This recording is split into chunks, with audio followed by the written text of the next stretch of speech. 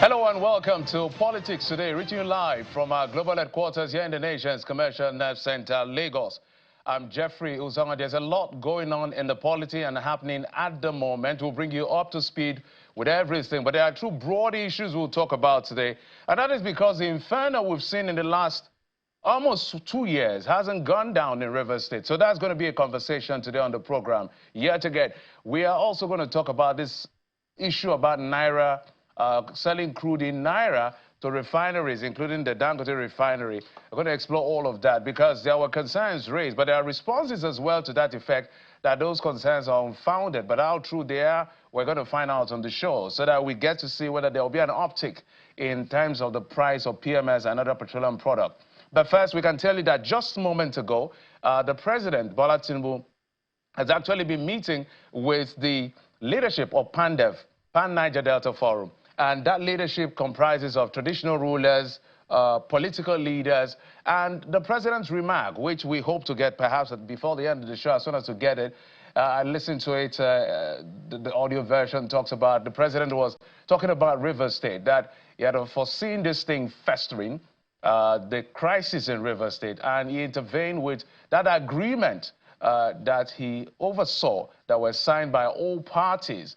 But that didn't solve the problem. Well, his latest suggestion or appeal or statement to that effect, he said he has been speaking with the governor of Rivers State, Siminalayi Fubara, and he's told the governor to toe the path of peace. Those were his words. And he said Nigeria is ruled by the rule of law. And so no matter how you feel about it, judgment, the path of peace is always the best part. So those are some of the comments the president made in that PANDEF meeting that perhaps is ongoing, is just about to wrap up. He also spoke about the leadership of the National Assembly. He talked about the reforms he's putting in place that is yielding results. Those were the words of the president. So just to bring you up to speed as to what is happening today at the presidential villa. Well, besides all of that, let's get started from the resolution of the House of Representatives calling for the suspension of the increase in the automated teller machine ATM transaction charges and the stoppage of free ATM withdrawals for customers from other banks in Nigeria. The motion moved by Honorable Marcus Onobum drew the attention of the House to a circular by the Central Bank of Nigeria to that effect. Lawmakers were worried that this would impose additional financial burdens on Nigerians. The House asked the CBN to suspend the policy pending proper engagement with relevant committees on banking, finance, and financial institutions. The CBN then directed banks and other financial institutions to apply. Actually, the CBN had actually directed banks to apply the charges from, I think, March the 1st, which is why the House of Representatives is now responding to tell the CBN to suspend that because that will be an additional burden on citizens. Note that according to the new policy, the customers' withdrawals from other bank ATM will continue to enjoy free withdrawals. However, a fee of 100 Naira per 20,000 Naira withdrawals will be applied to customers from other banks transacting from ATMs within the bank premises. Similarly to customers from other banks transacting from ATM outside the premises of the banks, mall, marketplace, and public places. Disturbed that the citizens of Nigeria are already grappling with the multiple economic hardship, including high inflation, electricity tariff hike, and numerous banking service charges that significantly reduce the disposable income and negatively impacting on the economic welfare of its citizens. Worried that the imposition of additional ATM withdrawal charges will further limit the financial inclusion of Nigerians by discouraging low-income earners from accessing bank services, thereby contradicting the CBN financial inclusion agenda. The fact that the banking sector has continued to record significant profits, imposing further charges on customers without corresponding improvements in service delivery or infrastructure is unjustifiable. Well, just next door in the Ray Chambers, the Senate is now in receipt of a letter from the President, Bola Tinubu. They're seeking the confirmation of the appointment of 5 resident electoral commissioners. The President stated this in a letter to the Senate President, Godswill Akpabio, that the nominations were in line with Section 1541 of the 1999 Constitution as amended, empowering the President to appoint electoral commissioners subject to the approval of the Senate. The 5 nominees are Umar Yusuf Garba from Kano, Said Umar from Bauchi, Chukwuemeka Ibeziako from Anambra, Mohammed Ngoche from Borno, and Dr. Owode Kosioma Eli from Bayelsa State. The Senate has also asked the Independent National Electoral Commission, INEC, to conduct by-elections to fill the vacant seats in Edo Central following the inauguration of Monday Okpebholo as governor of Edo State, Anambra South Senatorial District after the death of Senator Ifeanyi. Senate President Godswill Akpabio announced this during plenary, officially declaring those seats vacant. As resident electoral commissioners in the Independent National Electoral Commission, Umar Yusuf Garba, Kano, Saad Umar Bauchi, Chukwuemeka Ibeziako, Anambra, Mohammed Ngoche, Borno. The Senate President is invited to note that this letter supersedes the previous correspondence on the subject matter dated 5th day of March 2025. This one is dated 7th day of March. But basically, I think they are the same names. While hoping that the Senate will consider and confirm the nominees in the usual expeditious manner, please accept, distinguished Senate President, the assurances of my highest consideration. Yours sincerely, Bola Ahmed Tinubu, President, Commander-in-Chief, Armed Forces of the Federal Republic of Nigeria. Just to further declare vacant or announce the vacancies already existing in Anambra State, in our late brother's senatorial district, the late distinguished Senator Ifeanyi, and also our departed colleague, who is now a governor in Edo State. Those 2 seats are hereby declared vacant, and we urge INEC to immediately conduct, in line with the Constitution, elections to fill those 2 vacancies. All right, so officially declaring those seats vacant for elections to take place. But that will not be all. Let's bring you our political roundup stories.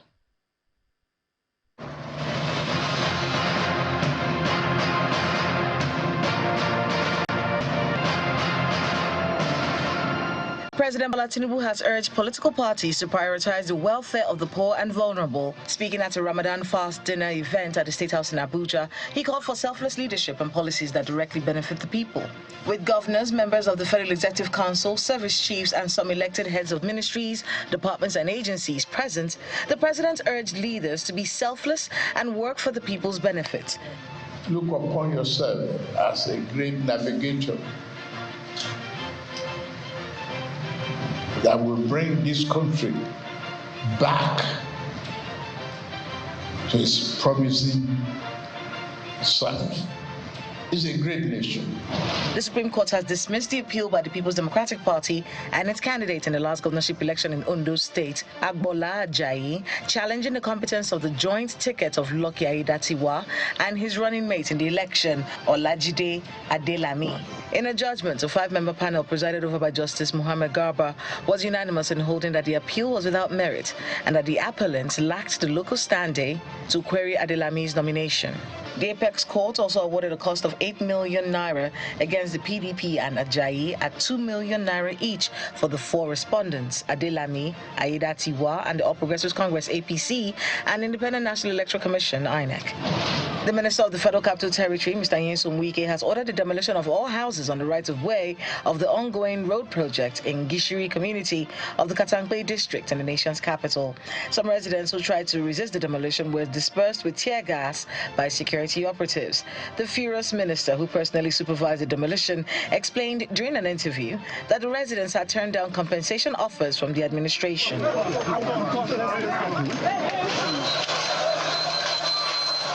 From Sokoto State, a former governor of the state and senator representing Sokoto South Senatorial District, Senator Aminu Tambuwal, says the state chapter of the People's Democratic Party, PDP, is working hard and re-strategizing towards reclaiming the state in 2027. He stated this in Sokoto shortly after flagging of the distribution of Ramadan packages that will benefit over 31,000 households in the state. I implore all of our leaders to continue the hard work of working together, coming together, and building the party. By the grace of God, by the grace of God, by the grace of God, we will get to our destination soonest, inshallah. The National Youth Leader of the Labour Party, Mr. Kennedy Ahanotu, is calling for the suspension of the Labour Party senator representing Edo South in the state, Neda Imaswen, from the party over what he describes as the unpleasant handling of the Senator Natasha Akpoti-Uduaghan case. Addressing a news conference in Abuja, the Labour Party youth leader notes that the party is not happy with Senator Imaswen's performance as chairman of the Senate Committee on Ethics, Privileges and Public Petitions. He called on the Senate to immediately rescind the suspension. We demand that Senator Neda Imaswen be recused from the constituted committee. And I think we also recommend to the Labour Party to consider suspending him.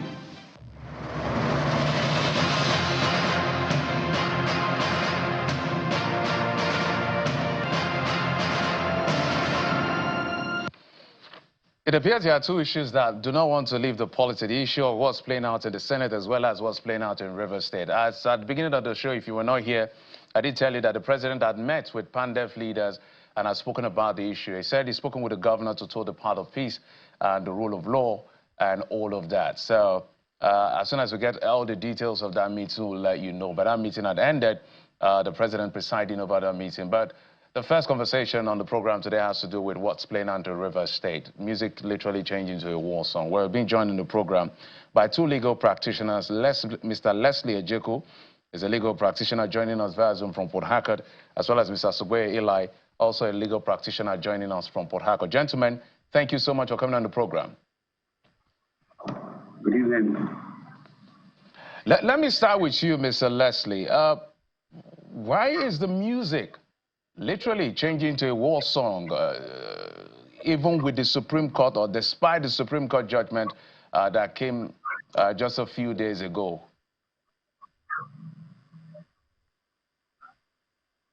Good evening. Mr. Leslie, that's for you. Yes, I can hear you. Go ahead. Can you hear me? Yes, I can hear you. Go ahead.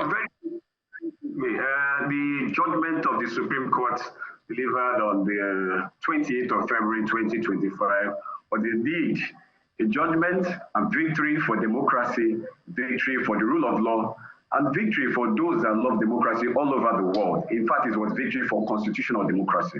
Like you have rightly asked, the mood of war in Rivers State is very, very unnecessary. And I don't think the mood of war is in all areas of Rivers State. Of course, a particular section of some persons that have been fanning the amber of war, fanning the amber of discord, are those that are flagging as if there is a war zone in Rivers State. There must be respect for the rule of law. Nigeria operates a constitutional democracy. If we do not respect the rule of law or have regard for the rule of law, like the philosopher has said, life will be short, brutish, and very nasty.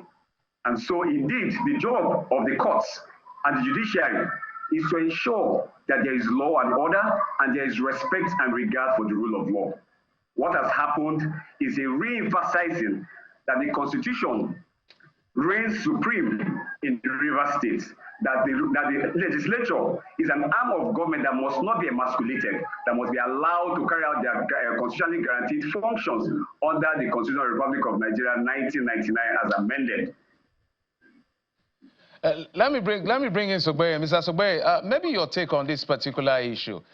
By now, would have been expecting to see a de-escalation. 2 days ago, when I had a conversation, I understand, Mr. Sugbe, we're having connection problem with his Zoom link. So as soon as we get it, so let me stay with you, Mr. Leslie, on this one. When I talk about the sound of war, the music changing to a war song, there has been that back and forth as to transmission of letter, which became a problem as to who signed it off. We spoke about this barely 48 hours ago. And now we understand the Okocha-led group of the APC is saying that the governor should resign or face impeachment. Is that necessary at this time? Well, like you talked about transmission of letters and the attendant issues surrounding it. Of course, there is a proper channel of communication between arms of government. If the governor intends to send the correspondence to the legislature, he knows how to do that directly to the Speaker of the Rivers State House of Assembly from the office of the governor. Same way, if the speaker or the legislator intends to transmit a correspondence, they are supposed to do that directly to the office of the governor. There are laid down principles and rules of correspondence between arms of government. Regulations were not followed in transmission of letters between both arms of government, especially from the office of the governor. We saw where a letter emanated from the office of the secretary to state government to the Speaker of Rivers State House of Assembly. And in fact, that document was brandished on social media, which is very, very unacceptable, and it's not supposed to be the norm. And that's the reason why I'm sure that letter was not given the due response it deserved. But I think the way things are now, I just heard a moment ago that the governor has asked that he's towing a part of peace, and that he has said he will implement to the letter the Supreme Court's judgment that was delivered by the justices of the Supreme Court. That's indeed a welcome development, and we indeed hope that the governor passes through on his words and ensures that that judgment is implemented to the letter, so that Rivers State will continue to move towards peace, progress, and development that it deserves. Yeah, I wanted you to speak, Mr. Sobeye. We understand you've joined us, so thank you for coming on the program. I did ask why the music is changing to a war song. Barely 24 hours ago or so, we heard the Okocha group say that the governor should either resign or be impeached. And I was asking, how is that necessary at this time that everybody is looking for a form of de-escalation? Maybe you respond to that as quickly as possible before I throw in more questions to you. Mr. Sobeye, if you can hear me.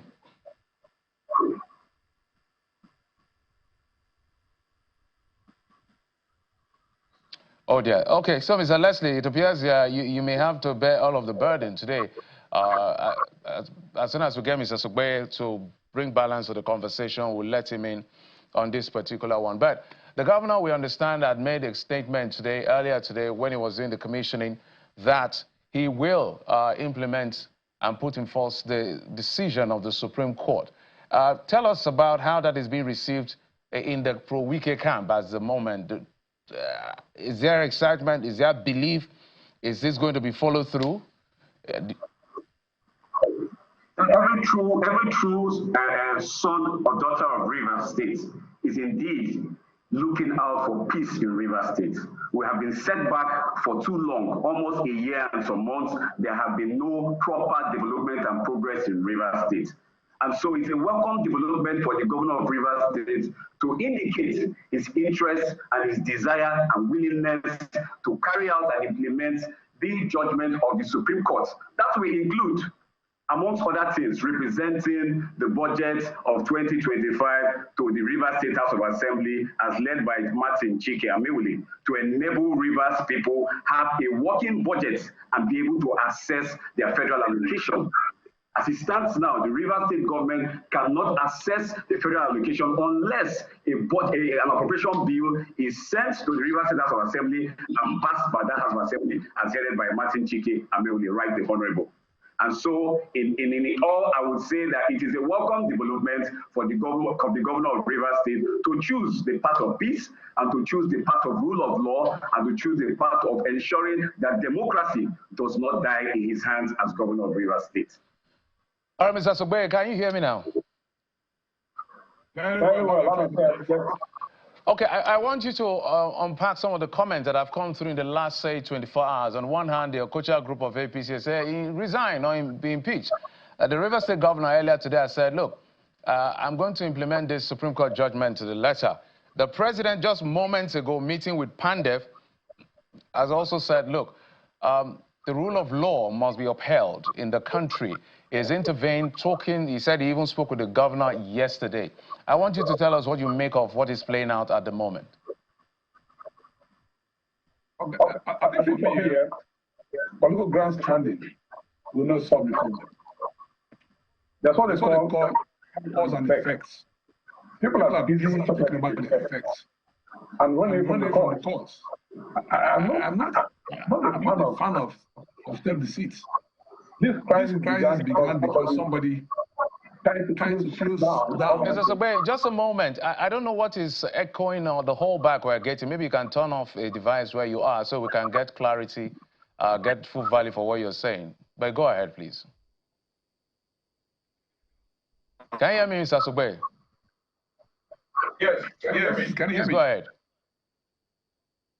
Okay, so I said, to bring this to a closure, we must have an understanding that somebody tried to somehow sabotage, if you like, strangulate the flow of democratic space here. Okay? Whatsoever was sold from October to December was a part also that was unnecessary, because the judgment has come from the Supreme Court and that arisen from the judgment of Justice Omotosho from the Federal Court. People are forgetting that all of those issues were avoidable. That the governor, in deference to the president, withdrew his own defense before Justice Omotosho, and therefore could not proceed to defend himself. And so now you have a situation where it became a one-way justice system. The question you ask is the state at peace? Are people okay with the judgment? No. But see, because the Supreme Court has spoken, take it because, like Justice Puta said, the Supreme Court is not infallible because... All right, Mr. Sugbe, I think we need to sort out your connection so that we can get value for what you're saying. It's a bit noisy, so as soon as they get it sorted, we'll get back to you. But Mr. Leslie, let's talk about the political undercurrent that has happened. Bridges have been burned. People have been hurt. In your view as a legal practitioner and somebody in the political space who is watching that space, what do you think can bring some level of succor and closure? Maybe not permanently, but something that can bring progress. Because it appears, for instance, the governor said he's going to present the budget. Do you feel and believe that presenting the budget and the budget being passed is going to bring closure? Because we also have the issue of the local government administration. There's a battle going on in that area as well. Mr. Leslie, that's for you. Okay, very well then. The judgment of 28th of February 2025 was on very germane issues. Okay. Apparently, technology is not our best friend at the moment. We'll just take a quick break and sort this out, and we'll be right back in just a moment. Stay with us. Welcome back. Well, as soon as we get things sorted out, Rivers is a big conversation. The president has now spoken.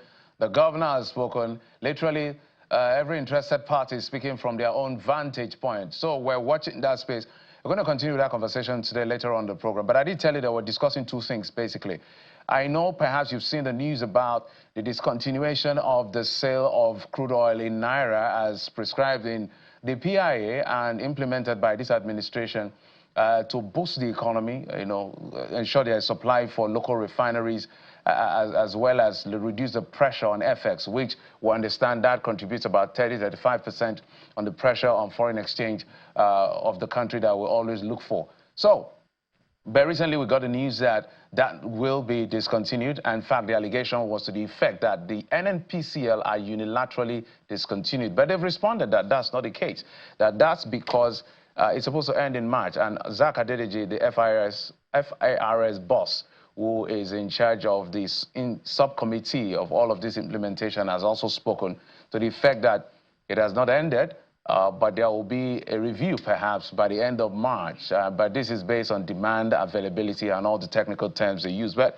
to break it down for us on what all of this means, maybe a background, and then we'll build up from there so that everybody is up to speed in terms of general frame of reference. Let's bring in an economist, an energy economist himself. Kelvin Emmanuel joins us from our Abuja studio. Mr. Emmanuel, good to see you, and thank you for coming on the program. Good evening, Jeff. Thank you so much for having me on the show. It's a pleasure. All right, Mr. Emmanuel, you're one of the big watchers of that space. For Nigerians who don't understand what is really playing out, because for us who are citizens and consumers, our prayer is that NNPCL should keep competing with Dangote Refinery and everybody competes. Let the prices come down to where it was before the reform. That's our own prayer. But whatever is being played out right now, we do not understand perfectly. Maybe you can bring us up to speed as to what this is as far as the agreement for selling crude oil in Naira is, and whether those obligations have been met as it should be met, and what the implications are, and the response by the government. Well, so basically, Dangote started the operations last year, January 2024, and between January and September 30th, 2024, 36 million barrels of crude oil was purchased. And then, you know, there was a conversation on sections 109 of the PIA that says that NNPC and the markets in Nigeria, based on what they call the domestic crude supply obligations, you know, crude oil feedstock from either production sharing contract or service contract, or because NNPC runs a service contract for what they call financial technical service agreements that it uses to do direct production upstream, where it brings in third-party contractors to, you know, do its production. Then you have Mauritius joint ventures are obligated to supply the domestic market with a certain percentage of their output. And that is a precondition on which they will actually get export permits to lift the rest of their products or their feedstock out of Nigeria. It's enshrined in the law, in the PIA, sections 109 of the PIA. And it says basically that based on a willing buyer, willing seller basis, that crude oil feedstock can be offered in US dollar and Naira. So the government came together and set up like a technical subcommittee between the government and the private sector, not just Dangote, you know, other players in the private sector. You have other refiners, you have Aradel, you have DuPont midstream in those states, you know, you have Walter Smith in Imo State, you know, to provide feedstock to these refineries, you know. Dangote being the largest because he is a commercial refiner that is able to actually do premium motor spirit, AGO, Jet A1. Just 2 days ago, he started producing polymer from the isomerization units that basically like produce what they call polypropylene and polyethylene crystals that is used to produce plastics and other feedstocks for pharmaceutical manufacturing, you know. And, you know, from the time when this agreement came into force, which was October 2024 to date, 48 million barrels of crude was supplied. But then the question becomes, what percentage of that 48 million was supplied in Naira and what percentage was supplied in US dollar? Geoff, between January and September 2024, 36 million barrels was purchased in US dollar. Dangote purchased 36 million barrels of crude from both NNPC and the operators in US dollar at a premium. At a premium means that they didn't give him any discount. At a premium means that he paid in US dollars. And in fact, in some cases, there were even instances where the crude was actually given to third-party agents to sell to him with markup commission of as much as $3 to $5 per barrel. Right? Now, between October 2024 and March today, yeah, they've supplied 48 million barrels, but not more than 40% of that 48 million barrels was actually supplied in Naira. It's important to make this clarification so that Nigerians don't think that, oh, NNPC said in their press release that 84 million barrels of crude oil has been supplied to Dangote since January last year and it was in Naira. That's a lie. That's untrue. Okay? So you have a situation basically where... No, Calvin, just a moment. So let me read their statement. Under this arrangement, NNPCL Limited has made over 48 million barrels of crude oil available to Dangote Refinery since October 2024. In aggregate, NNPCL Limited has made over 84 million barrels of crude oil available to the refinery since its commencement of operation. Are you saying they are lying here? That's why I'm trying to make a clarification. Between January and September 2024, Dangote purchased 36 million barrels of crude oil in US dollars. There's a difference here. Because if you're importing crude oil, you're importing in US dollar. And Dangote, in the past 2 months, has had to bring in more than 10 million barrels of crude oil to refine, because it's currently at 600,000 barrels processing capacity per day. Okay, so if the government set up a technical subcommittee and set up a Naira-based crude swap, and then it expects that based on that agreement, 385,000 barrels of the 445,000 barrels that makes up what they call the crude intervention stock is supplied to Dangote, being the largest commercial refiner in Nigeria that is able to distill PMS and produce other products like LPG and jet and diesel and all of that, and is able to supply the markets. There are 600 million liters of throughputs in the refinery. And the actual situation is that not more than 110,000 of that 385,000 between October and January 2025 was actually supplied in Naira. The rest were supplied in US dollar. What's the point of the Naira-based crude swap? Considering the fact that he's now having to import crude oil into Nigeria and he's selling petrol in Naira without you having like forward contracts to hedge against the risk of currency fluctuation. Because when you buy your feedstock in dollars and sell in Naira, you have a risk of foreign exchange fluctuation that might make it difficult for you to go back to the market. If I may the crude oil market is very volatile.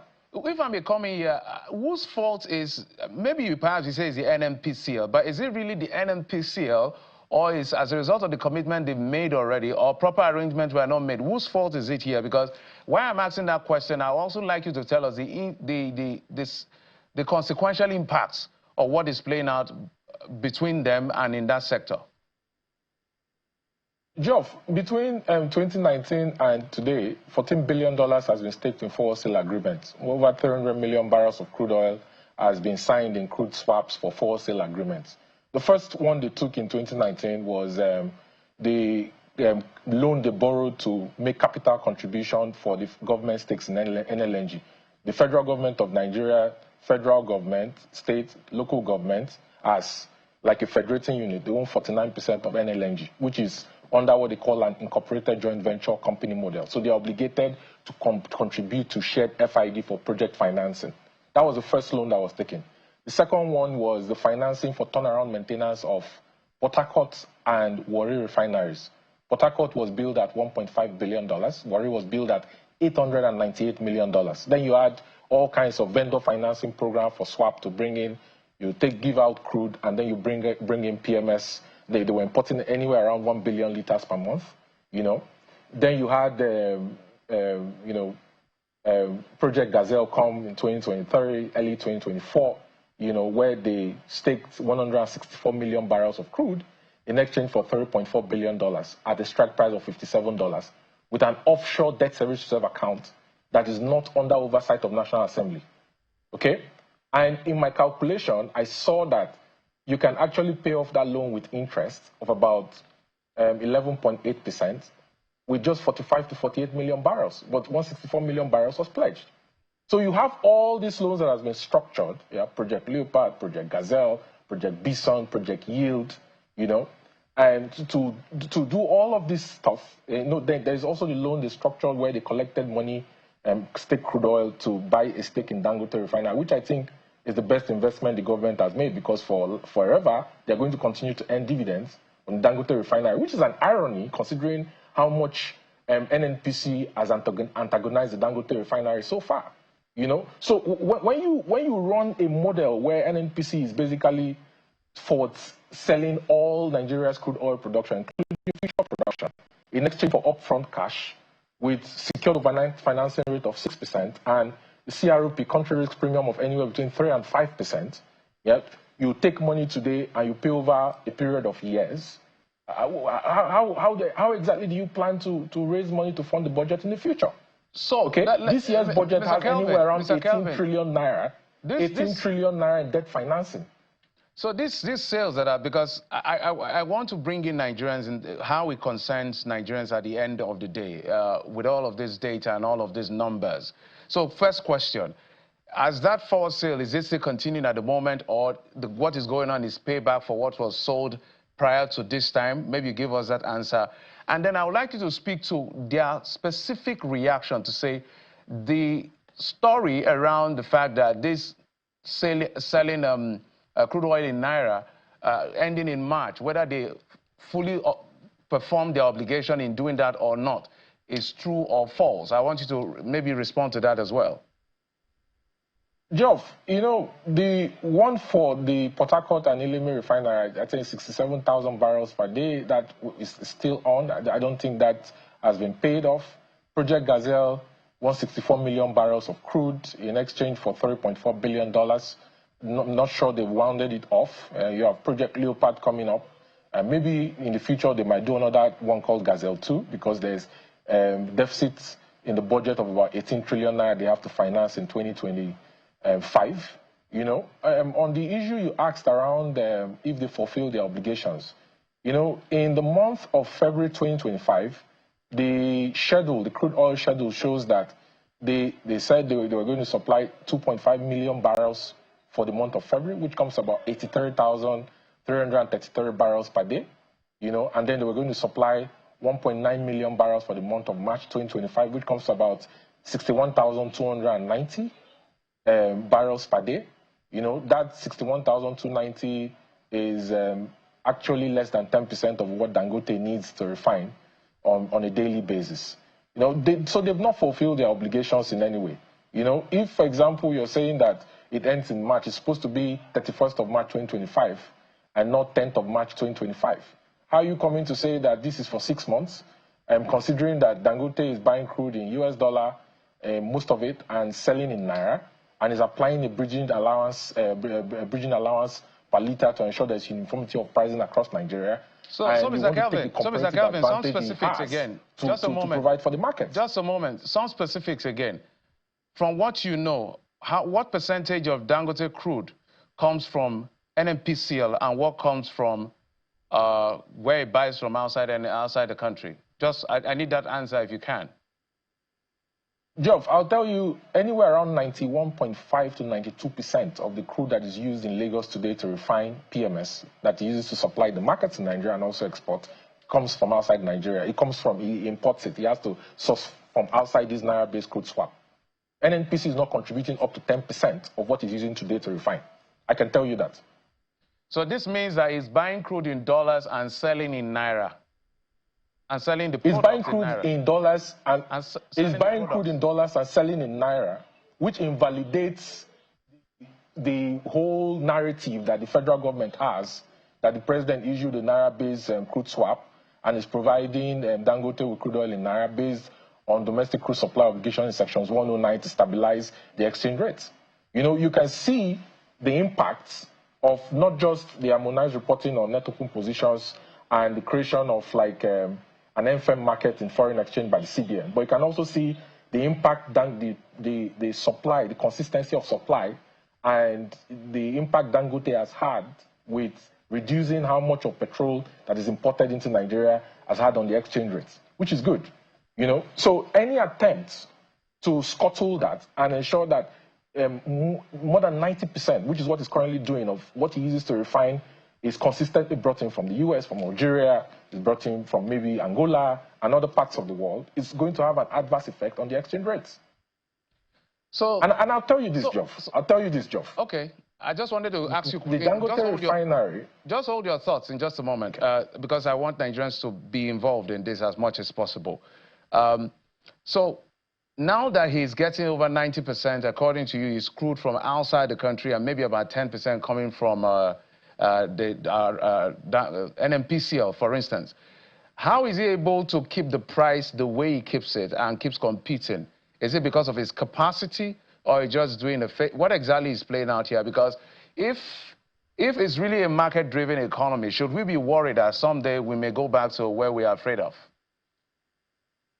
Geoff, you know, the refinery is a brand new refinery, so it's, you know, taking advantage of economies of scale. There's what they call, refiners call positive cracking margins, you know, from the crack spread you apply.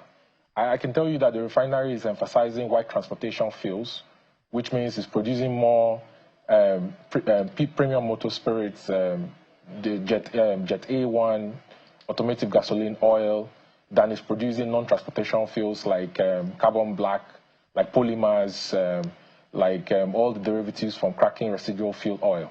You know, so it's taking advantage of that economies of scale and the fact that it's hit 600,000. You know, to be able to, the refining business globally, it's a high turnover, low margin business. It's not a business where you make so significant profits. It's having to sacrifice its profits. You know, not like he's not making profit, but the margins are very thin, you know, to ensure that he can provide to the market and demonstrate to Nigerians that against the popular narrative of him trying to become a monopolist in an extremely very well-regulated industry anywhere in the world, yeah, he's actually here to provide for Nigeria's energy security. So he's able to do this, reduce the price, because he has achieved a positive cracking margin from economies of scale. I would like you to speak to us as well as to, we hear, because for the layman who has seen this backward integration from Dangote refinery, now we're refining in country, Port Harcourt, whether it's full or partial, whatever it is, refining going on there, Warri refinery going on there. We do not expect importation of PMS, but we hear that this importation still happens. Is it against the PIA, or is part of what is allowed within the PIA, and why is that happening? Well, Geoff, it's a very important question you ask because, you know, the evidence points to the contrary, that contrary to what NNPC has said and what the president even commemorated them, celebrated them, I'm not sure the president sent his own secret team to go and check if they actually are refining. NNPC has imported about 41.5% of about 4.4 billion liters of petrol between October 2024 to date. There's actually evidence because if you check the shipping tally of the liquid bulk petroleum products that has come into Nigeria within the last 6 months, you will see that NNPC has actually landed 41.5% of 4.4 billion liters of petroleum products that are valued about 6 trillion naira. So now, when we look at the Petroleum Industry Act, what does it actually say? You know, Sections 205 talks about deregulating the markets, you know, and preventing transfer pricing. Sections 317, 7 to 11 of the PIA talks about the fact that when the regulator, which is NMDPRA, and this is the reason why I keep saying that the regulator is aloof, maybe because the midstream sector is just emerging, or it doesn't understand his brief, or it doesn't know his job. The management of NMDPRA is aloof, considering that they also don't have a non-executive board that supervises and administers over them till today, established. Yeah, they are supposed to withdraw import licenses when they see that the amount of petrol actually produced or refined in Nigeria is higher than the demand. And I'll tell you this, Nigeria does not consume more than up to 50 million liters of PMS. The government has not provided evidence to show that there's a correlation between what they were paying under recovery Mr. Kelvin, to match the bridging allowances that they were applying on the under recovery. My apologies. You've raised another point again. What is the average consumption of PMS in Nigeria? How much does the NNPC provide? How much does the Dangote refinery provide as well? Geoff, so at 600,000, Dangote is, I think, is clocked about 40 million liters of PMS on a daily basis. Okay. Now let's go back in time, Geoff. Look, Nigeria population grows at 3% per annum. Okay. And in 2002, sorry, Nigeria was consuming 21 million liters of PMS. You had a compound average growth rate of between 7 and 9% in terms of PMS consumption on a daily basis. That number grew to about 29.3 million liters of PMS by 2010, 2011. It's not possible that if a population is growing at 30% per annum, okay, and you have a CAGR of about 7 to 9%, yeah, that all of a sudden consumption jumped from 29.3 million liters to 70 million liters and then down to 50 million liters. The government cannot provide evidence to suggest that. I'll tell you that our consumption of PMS is anywhere between 28 million and 32 million liters of PMS per day, which Dangote can achieve.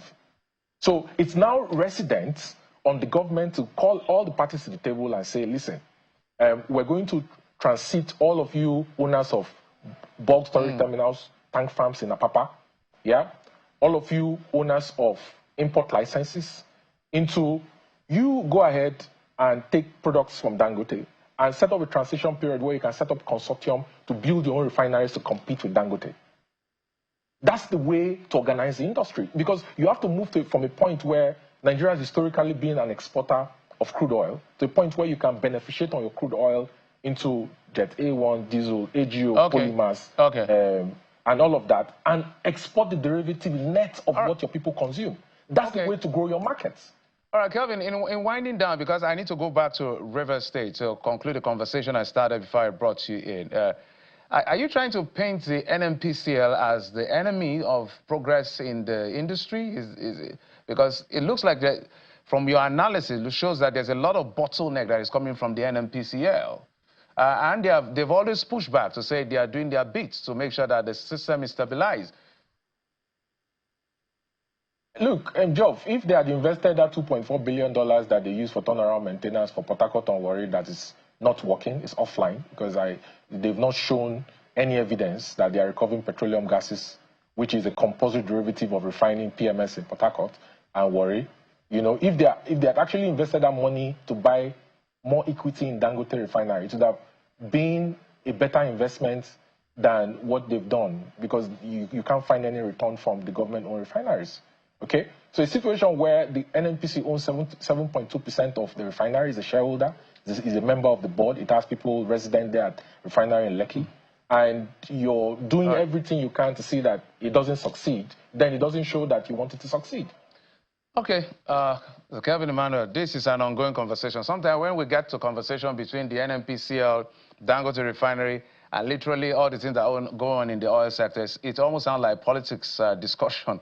But we hope we can get out of the murky waters as soon as possible. As I said at the beginning, the most important thing for consumers like us is to see that the market is stabilized and we buy products at affordable rates. Kelvin Emmanuel, energy economist, thank you so much for coming in at short notice. I appreciate it. Thank you, sir. Thank you for having me.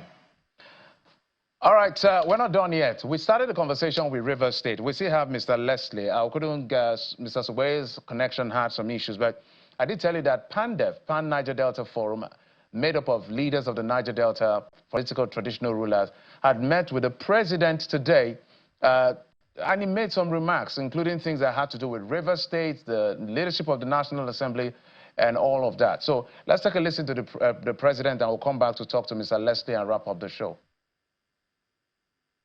I got your signal, and I got your concern, particularly concerning Rivers State.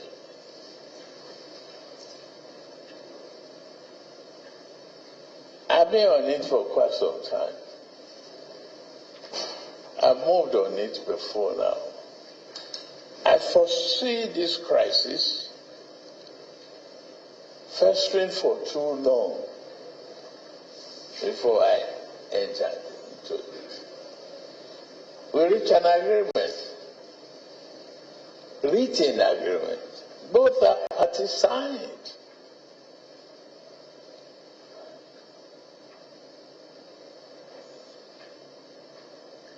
Some leaders thought the governor of Rivers State was wrong to have signed, but they didn't implement. Where do we find ourselves today? So this is a nation of rule of law.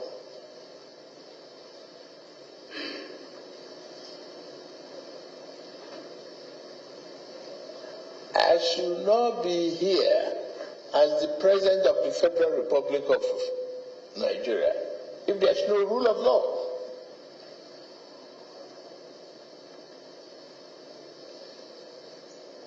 I have total confidence in our judiciary. Expectations. Human beings can make errors.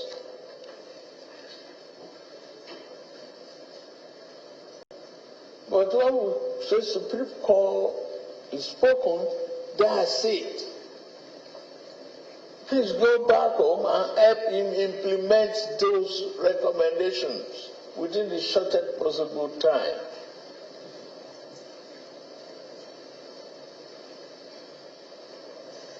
I put the ball back in your court.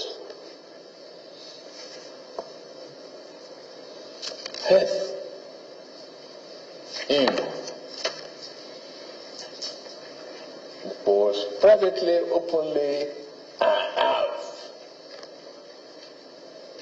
intervened, counseled the governor. Only yesterday I told him again, pursue the path of peace.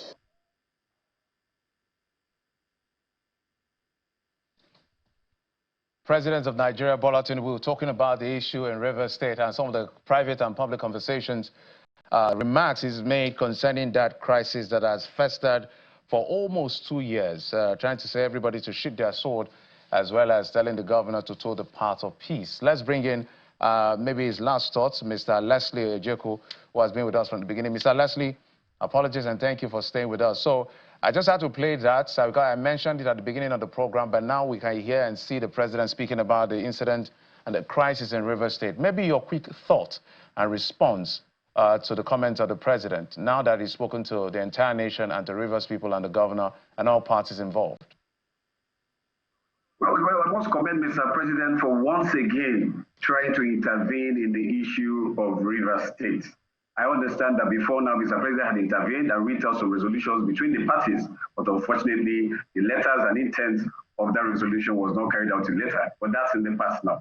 We are very grateful to Mr. President for trying to intervene again. Like the President has said, he's suing for peace in Rivers State and asking that the rule of law be maintained. What is the rule of law? The Supreme Court judgment has been given, and all parties indeed are being asked to follow through towards the implementation of that judgment of the Supreme Court. And now, to show that the Rivers State House of Assembly are indeed peaceful and have such intention, they have asked for the budget to be represented before them, the one for 2025, not the one of 2024. Because earlier on, you raised an issue saying that Mr.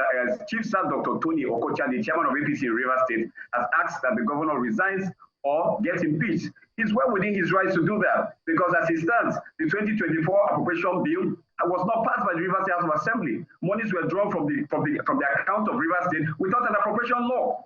That's a ground for impeachment. But we're not going through that route. Like I said, he has a right to ask for that. But what we are doing now is to talk about peace. Like the Rivers State House of Assembly has rightly asked that the 2025 budget be represented to them. They've also asked for the list of commissioner nominees to be resent to the Rivers State House of Assembly. Because in the eyes of the law, those 19 persons are no longer commissioners, because they were never screened by the Rivers State House of Assembly. So their appointments are not within in the eyes of the law. And then again, the Rivers State House of Assembly has continued to show that this is time for governance and not politics. They started amending the Rivers State Local Government Law and the Rivers State Independent Electoral Commission Law to bring it in line with the 11th of July 2024 judgment of the Supreme Court. All right, Mr. Leslie.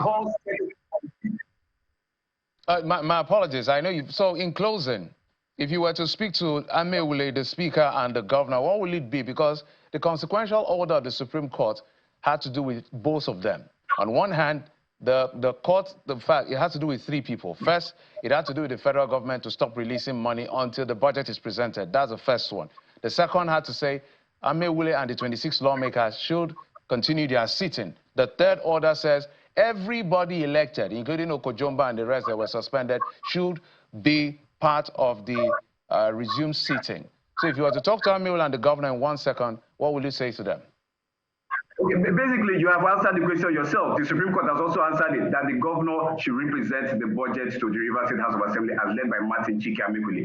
Another thing I must say here on national TV is that the setting up or aligning head of local governments to run the local government has been outlawed by the judgment of 11 July 2024.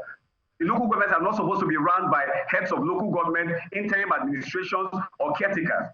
And so now, asking the heads of local government to take over administration of the local government is already been outlawed. So what is advised now is that, like the Supreme Court said, let the Speaker of the Rivers State House of Assembly give life to Section 7 of the Constitution, which gives them the powers to bring in line, extend the tenures of the democratically elected chairmen and councillors so that there will not be vacuum.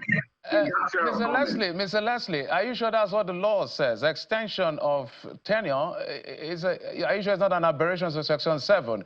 Because that case made its way all the way. Just hold on. That case made its way all the way to the appeal court, and they lost in that particular appeal when that incident occurred. This is why we're saying that all parties must rally to bring peace. But I don't want to raise that conversation, maybe another time, but I wanted us to stay with what was said as far as the law is concerned. So extension of local government chairmanship position, I don't know whether that's within the law. You are the lawyer, maybe you have better understanding. The Abia State and 35 orders. It was the Supreme Court that said that the houses of assembly are within the rights of law to extend the tenures where it has become practically impossible to conduct local government elections. Okay, that's going to be...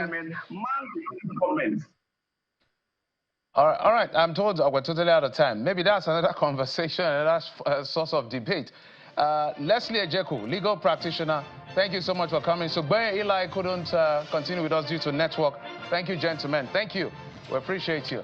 And that's it on the program. And we just want peace in Rivers State and the entire country. Thank you for your time and company. Apologize for the glitches in network. Thank you for watching. I'm Jeffrey Uzama. Bye-bye.